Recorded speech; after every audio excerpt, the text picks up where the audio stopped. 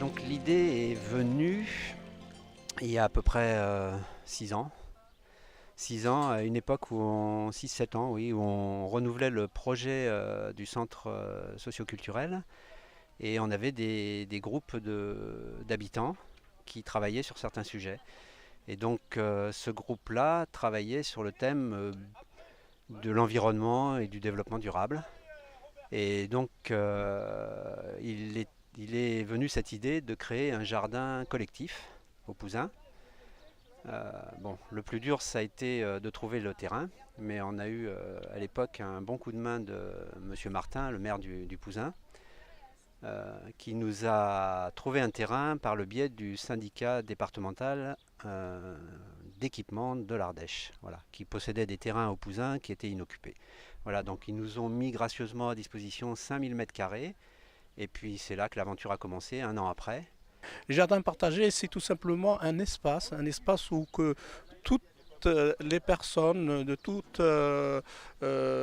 situation sociale, de toute nationalité, j'allais dire, parce que bon, on peut parler de nationalité, mais de toute confession aussi. Un jardin, moi je trouve que c'est très agréable pour les personnes qui sont en appartement d'une part. C'est un lieu de détente et on peut récolter quelques légumes et surtout se détendre et passer un moment avec d'autres personnes. Pour les gens qui fréquentent le jardin, c'est sûr que c'est un grand bol d'air, d'autant plus que la plupart des gens n'ont pas de terrain chez eux et c'est une manière de retrouver un lien avec la terre et avec l'environnement. Ensuite, pour le centre socioculturel, eh ben, c'est une activité très, très active. C'est un vivier de bénévoles, de gens qui sont impliqués dans ce projet et qui s'impliquent également dans les autres projets du centre socioculturel. Donc il y a quand même quelques jardiniers qui sont membres du conseil d'administration du centre socioculturel et qui gèrent l'ensemble des activités du centre. Ce qui m'a plu, c'est le partage justement, où tout le monde fait en commun. On a un côté en commun, on a nos parcelles seules. Mais jardin partagé, ben, c'est pouvoir communiquer, avoir des façons de faire, de jardiner différentes avec d'autres gens, avec d'autres milieux. J'ai trouvé ça et j'ai trouvé ça merveilleux parce qu'en plus on partage, on fait plein de petites connaissances. Et puis ça nous permet de prendre l'air. Voilà, il y a beaucoup de choses plaisantes dans le jardin, quoi. Et j'ai vraiment trouvé ici, depuis le début de cette année, depuis l'attribution de mon jardin, j'ai trouvé une ambiance vraiment absolument merveilleuse. Et vraiment, ça me satisfait complètement, pleinement.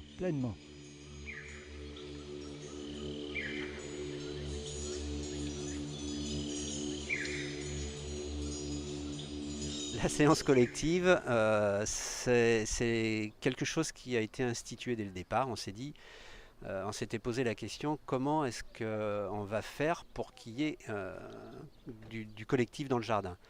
Donc on s'est dit, ben, on va faire une fois par mois, on va réunir les jardiniers, déjà pour discuter de ce qui se passe dans le jardin, pour voir imaginer des projets d'aménagement, d'embellissement. Et puis également, il y avait des problèmes d'espace collectif qu'il fallait entretenir. Et donc on se servira également de cette séance du samedi matin pour entretenir les espaces collectifs. Voilà, donc ça, c'est la manière d'organiser collectivement la vie du jardin. Voilà. Ça crée du lien entre les personnes, même s'il s'en crée en dehors quand les gens viennent cultiver, arroser, etc. Mais ça crée quand même beaucoup de liens entre les personnes et c'est un lien qui est axé sur l'aspect collectif du jardin. Et là cette année, il y a une amélioration au fur et à mesure des années. Le jardin prend une meilleure allure, une bonne allure. Et ça va devenir presque... non, je ne dis pas que ça va être le jardin de Versailles. Loin de là, on n'en a pas les possibilités, ni les jardiniers. On n'a pas les capacités. Mais bon, ce sera de mieux en mieux, je pense. Voilà. En plus, nous, on fait bio. On fait nos semis en commun. On fait nos semis nous-mêmes, mais on fait nos semis en commun. Parce que dans le commerce, on trouve toujours des choses toute l'année, tandis que là, on apprécie de faire pousser les choses au bon moment.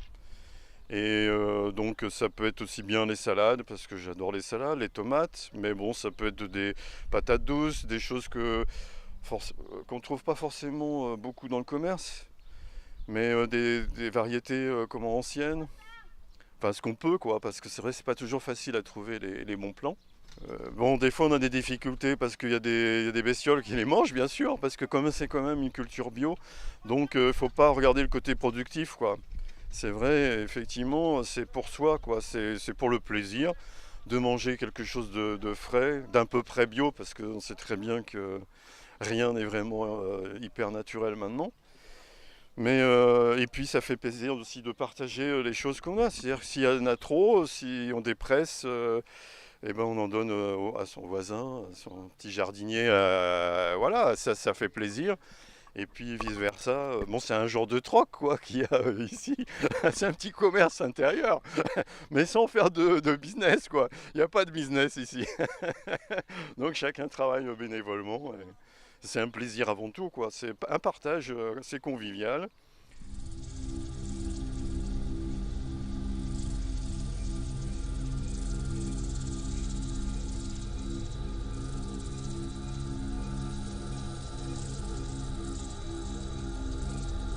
Dire aux communes, surtout, c'est quelque chose d'extraordinaire d'avoir des activités comme ça pour leurs concitoyens parce que ça permet un peu la cohésion, ça permet un peu la fraternité, ça permet beaucoup de choses, ça soude des gens entre eux. Et puis bon, en jardine, on est content. C'est un lieu de rencontre, comme je disais précédemment, où tout le monde se rencontre et je pense que c'est un truc à faire dans tous les villages des alentours. Et je trouve que toutes les petites villes ou les gros villages devraient avoir un jardin partagé. Parce que c'est intéressant pour tout le monde et c'est un lieu de partage et d'amitié.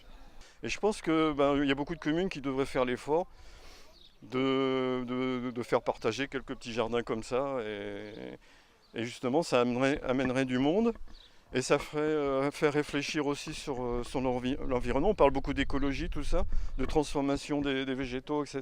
Je pense que ça apporterait énormément de choses. Le jardin, c'est quand même quelque chose d'extraordinaire, hein. Vous arrivez, vous avez fini votre boulot, vous êtes passé à la maison, vous êtes un peu reposé, et puis bon, il y a des moments où on est un peu stressé, un truc comme ça.